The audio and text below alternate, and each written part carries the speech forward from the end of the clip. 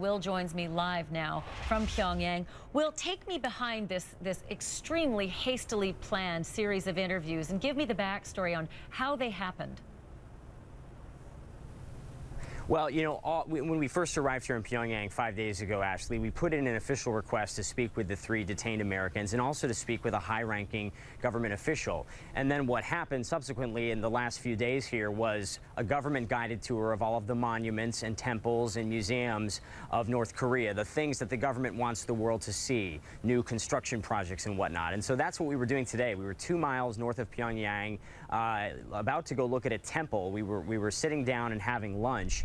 And suddenly I was pulled away from our lunch table, brought out into the hallway, and told that me and my crew needed to get in a van and drive to the capital city right at that moment and not say a word about anything else. And so we got in this van.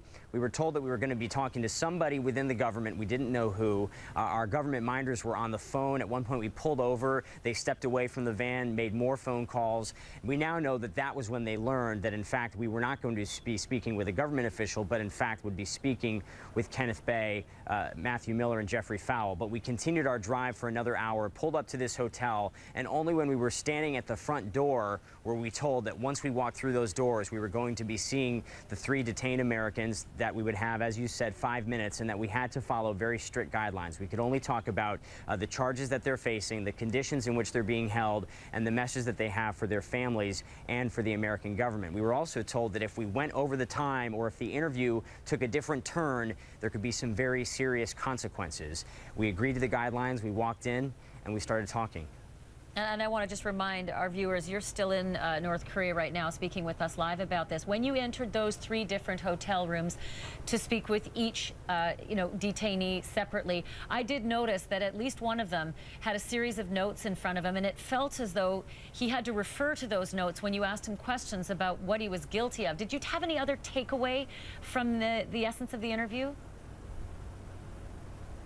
Well, he was clearly very glad to see us, glad to see a CNN crew in the room with him. And I suspect he wrote down those notes because he wanted to organize his thoughts and make sure that he said everything that he wanted to say. His #1 focus was worry about his family, his wife, who's a part-time hairstylist, as you heard in the interview, and his elementary school-age children. He was actually arrested on his daughter's birthday.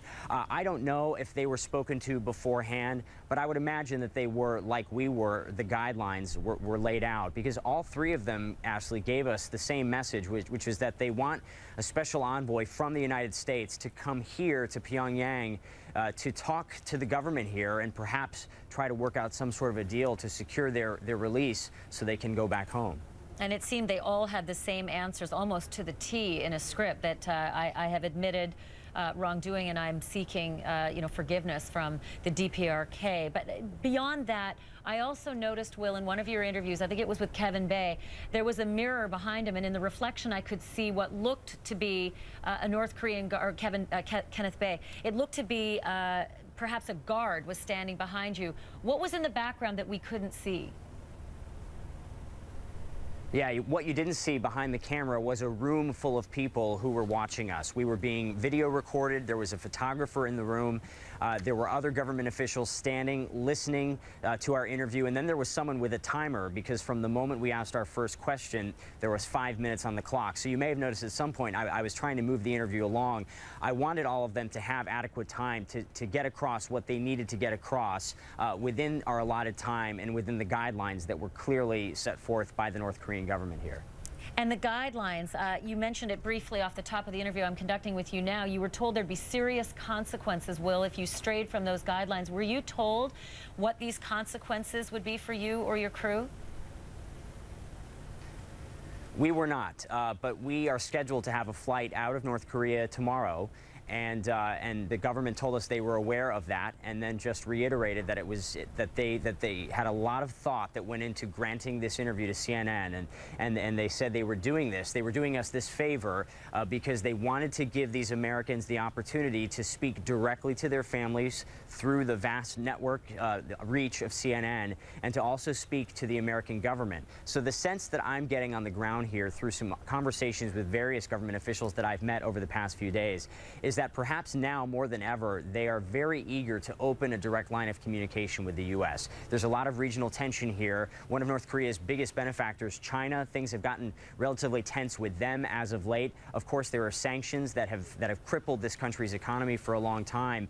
And I think that North Korea feels that they're at a standstill here and they need something. And these three Americans may present an opportunity to the North Korean government to reopen a line of communication. What they hope to accomplish as a result of that, we don't know, because we haven't spoken directly to any government officials about their motivations here. That request that we made so far has not been granted.